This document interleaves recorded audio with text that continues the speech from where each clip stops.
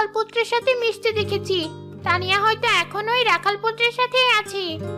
কে সেই রাখাল পুত্র? আমাকে এখনই তার কাছে নিয়ে চলো। তোমাদের পরিরাজ্য দেখতে মনে হয় অনেক সুন্দর। আমাকে একদিন তোমাদের দেশে নিয়ে যাবে? আচ্ছা, নিয়ে যাব।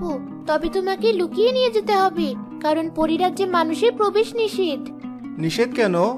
আমার মা পরিরাজ্যের রানী, সে কারণেই।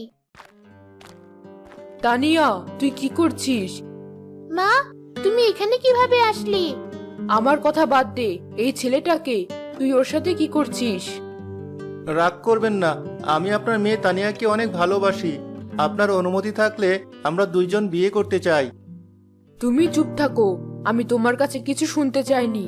তানিয়া, আমি তোকে এত বোঝানোর পরও, এত সাবধান করার পরও তুই আমার মতো একই ভুল করছিস। ও অনেক ভালো মা, বাবার মতো নয়।